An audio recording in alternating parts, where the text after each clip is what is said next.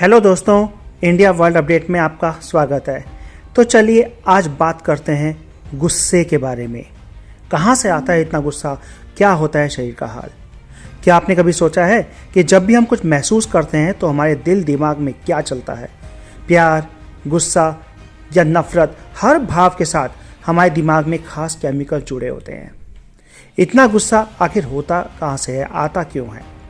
इसके बारे में बात करने से पहले आपको बताते हैं कि हमारे शरीर में कुछ ऐसे केमिकल्स होते हैं जो ब्रेन के खास पार्ट्स में से, स्पेसिफिक ग्लैंड में से बने होते हैं। इन्हें न्यूरोट्रांसमीटर्स कहते हैं। ये ऐसे केमिकल्स हैं जो सोच विचार के जरिए हमारे बिहेवियर को, हमारे व्यवहार को प्रभावित करते हैं।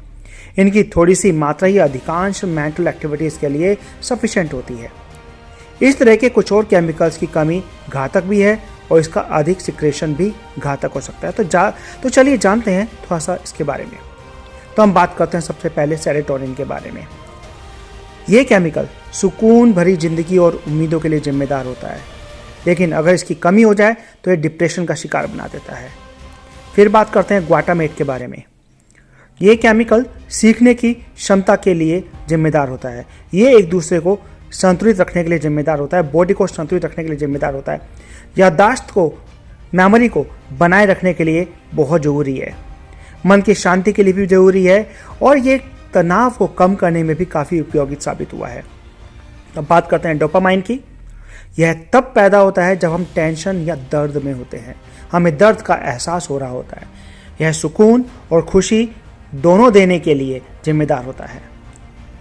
इसकी मात्रा कम हो जाए तो लोग बुरी आदतों का शिकार भी हो जाते हैं, पर चॉकलेट खाने से इसका लेवल बढ़ता भी है। फिर हम बात करते हैं एंडोर्फिन्स की। शारीरिक क्रियाएं जैसे कि हार्ट रेट हो गया या ब्लड प्रेशर हो गया, एंडोर्फिन्स इन दोनों चीज़ों को कंट्रोल करता है। ये संघर्ष और जुझारूपन बढ़ाने में भी कंट्रोल करता है, उसमें हमारी हेल्प करता है। फिर हम बात करते हैं नोर एड्रेनलिन की।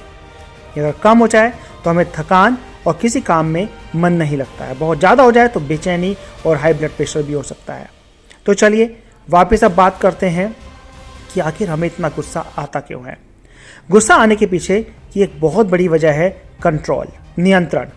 जब हम चाहते हैं कि कोई खास काम या बात हमारी इच्छा से हो, लेकिन अगर ऐसा नहीं होता तो हमें लगता है कि कहीं ना कहीं से हमारे कंट्रोल से कुछ छूट रहा है। इसे ही जताने के लिए हमें जब कोई वर्ड नहीं मिलता है तो हम चीख कर, चिल्ला कर और सामने वाले को गुस्सा दिखाकर, एंगर दिखाकर अपनी घबराहट को या अपनी टेंशन को जस्टिफाई करने की कोशिश करते हैं। गुस्सा इंसानों का बहुत पुराना भाव है। इसी गुस्से में भरकर हम इंसानों से सारे युद्ध लड़े हैं। इसीलिए गुस्से के साथ ही हमारा दिमाग हमें लड़ने के लिए भी तैयार करता है और जब हमें गुस्सा आता है तो हमारे दिल की धड़कनें बढ़ जाती हैं।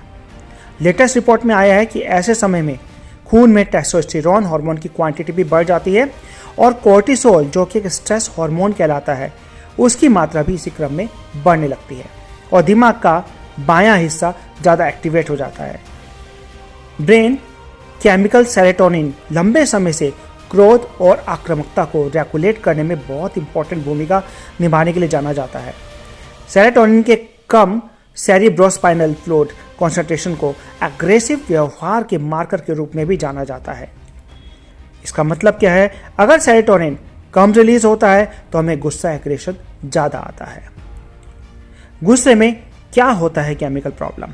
बढ़े हुए कोर्टिसोल के कारण दिमाग की कोशिकाएं, दिमाग के सेल, जिन्हें न्यूरॉन्स कहा जाता है, बहुत ज़्यादा क्वांटिटी में कैल्शियम अपने अंदर इकट्ठा करना शुरू कर देती हैं। न्यूरॉन्स की इस हरकत के कारण हमारे दिमाग में प्रीफ्रंटल कॉर्टेक्स, जिसको हम PFC भी कहते हैं, यानी कि सबसे आगे के हिस्से पर पर्दा डाल देती है। प्रीफ्रंटल कॉर्टेक्स दिमाग का वो पार्ट होता है जो हमें डिसीजन लेने और पॉजिटिव प्लानिंग में हेल्प करता है। लेकिन गुस्से में दिमाग का यह सोचने वाला हिस्सा काम करना बंद कर देता है और इसलिए हम अक्सर गलत डिसीजन ले लेते हैं। और उसके साथ ही बढ़े हुए कोर्टिसोल के कारण हमारी मेमोरी भी कम हो जाती है। यही कारण है कि हमें अक्सर गुस्से में कही गई अपनी बात याद नहीं रहती।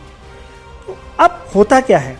खून का बहाव भी तेज हो जाता है। तो टेस्टोस्टेरोन और कोर्टिसोल के ज़्यादा एक्टिव होने से हमारे शरीर में खून का बहाव तेज हो जाता है, हमारे हार्ट पर ज़्यादा बोझ पड़ता है और उसे जल्दी जल्दी काम करना पड़ता है और इस कारण ब्लड प्रेशर बढ़ जाता है और गुस्से में हमारा चेहरा लाल हो जाता है और हमारे कान भी लाल हो जाते हैं।